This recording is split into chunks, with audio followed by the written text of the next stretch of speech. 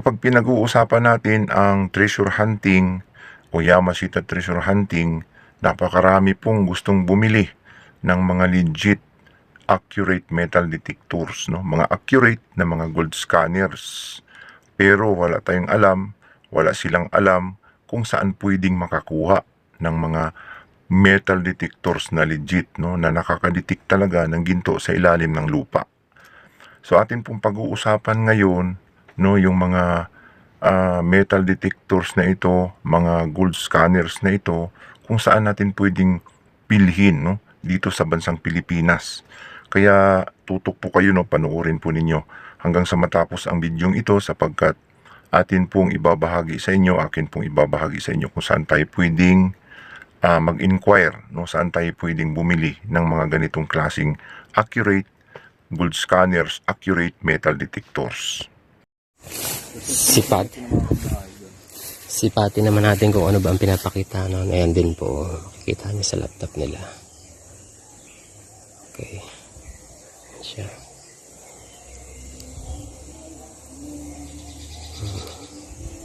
Ganito siya. Oh. Ayan. Laki na ng hollow block ito. Ito naman yung pinakang scanning na photon elite. Ito daw yung metal detector. Yan yung coil niya. Ito yung GPR ito. Malaki ito. Nakabox ito. Mga ganito palang pro mortar ba tawag dito? Yan. Mortar. 6 na piraso. Mga gamit bro. Bro, inaayos namin. 1, 2, 3, 4, 5, 6, 7, 8, 9, 10. Ito sa CBM na to hanggang 15. Tapos ito tiga QC. Ganito ang legit na ano. Ang gold. Yan, ang legit. Yung hilat siya niya, magaspang.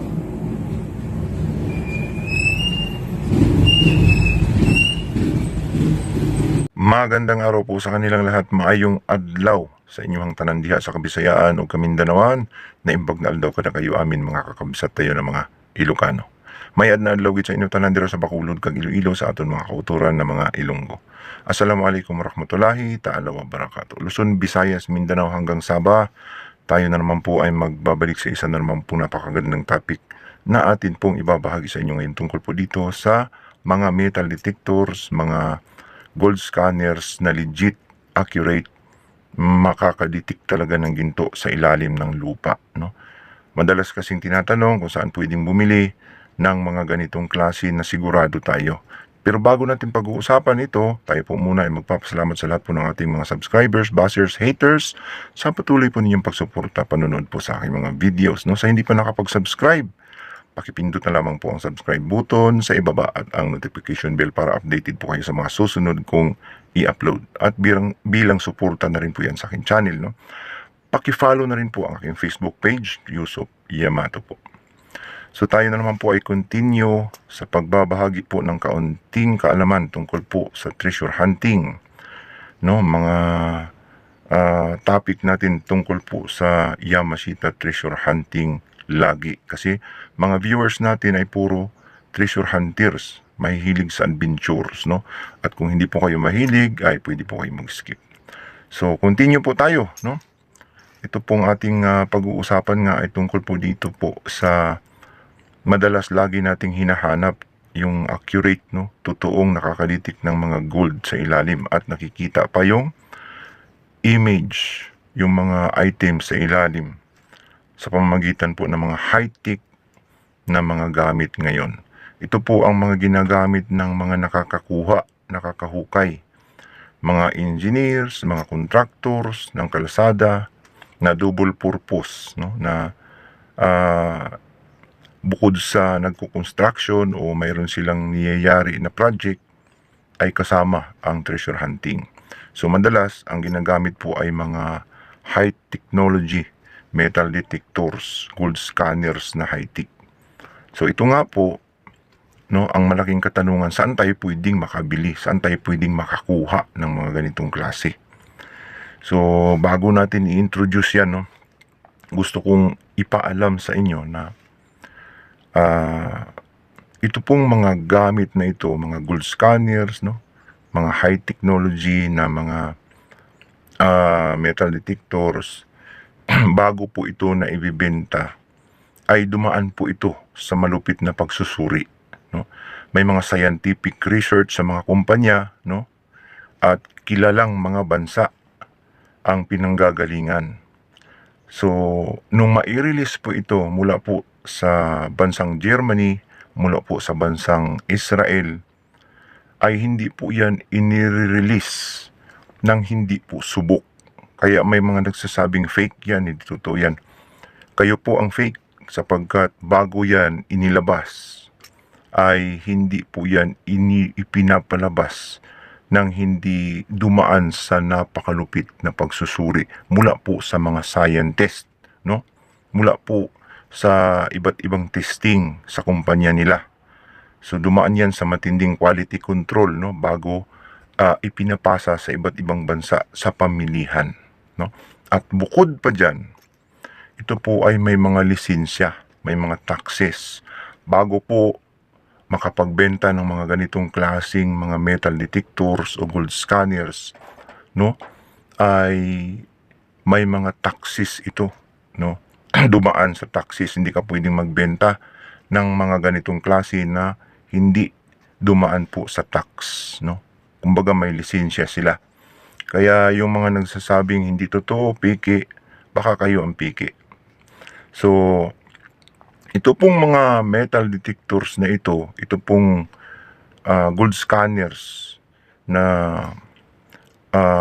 ibinebenta ng atin pong mga kababayan, no, na hindi dumaan sa pagsusuri, hindi dumaan sa quality control, hindi dumaan sa kumpanya, no, gawa-gawa lang. Yan po ay hindi natin masasabing legit, no. Hindi natin masasabing 100% ito nga ay nakakaditik. So kung pagbabasihan natin ang mga experience ng mga nakakahukay, no, ang nakakakuha ng mga big deposit ay ito po talagang mga high-tech na mga metal detectors, no, mga gold scanners na high-tech. Galing Germany at saka galing Israel, yan po ang naglalaban, no. Mayroon ding USA, no, at iba pang bansa, no, na gumagawa ng mga high-tech na mga pang-detect ng ginto sa ilalim po ng lupa. Hindi lamang ginto, no, may iba pang mga precious metals. So, yan po ang basihan kung bakit masasabi nating 100% legit ang ibinibenta po ng mga store. So, sa mga nagtatanong, no, saan pwedeng makabili nito, no? Saan pwedeng bumili? Kasi dito sa bansang Pilipinas, no, ay limited lamang ang pwede nating pagbilhan ng mga legit 100% na accurate metal detectors, no. Kung mayroon man yung mga galing abroad, no, na nakabili sa Canada, nakabili sa Amerika, no, galing Germany, nakabili din, nadala dito sa bansang Pilipinas, pero pinaparintahan, no. May mga nagpapaupa pero sobrang mahal ang upa, no. Kasi mahal din ang kanilang bili sa ibang bansa. Kasi legit nga eh. Pag sinabing mahal, legit yan. Na 100% yan. Kasi hindi yan binibenta ng basta lang na hindi subok. No, napakaraming proseso. So, yun nga nakakuha, no, example. Para refer natin na tunay talaga ito dahil ito pong nakakuha sa Laguna, no. Yung kamakailan lamang last year, nakakuha ng 352 gold bars, no, sa lalim na 120 feet, no. High-tech po yun, yung gamit nila, no. Hindi ako nagkakamali, yung maraming antenna, Proton siguro yun, no. At may monitor din yun. At yari po yun ng mga kilalang bansa, no. Kung hindi yung Germany, ay galing yung United States of America yan. In comparison, speaking of Yamashita treasure hunting, mayroong ibang nagsasabi na yung mga Elrad daw, mga tanso na iniimbento ay nakakaditik din ng ginto o mga precious metals. Subalit, wala pong mga scientific research, scientific na ebidensya na ito po ay nagpapatunay talaga na 100% na nakakalitik. Although, may mga nakakakuha ng lucky, no, swerte, na gamit ang mga iba't ibang klaseng mga iniimbento o imbi-imbentong mga gamit na pangditik na nakachamba. So, chamba, nakakuha, pero hindi naman sigurado, no? Kasi hindi naman nakikita yung ilalim, eh. No, sabay ng ating isip, no, at ating dala. Minsan, ang ating isip ang nakakakuha talaga kasi ang ating isip ay isang computer, no?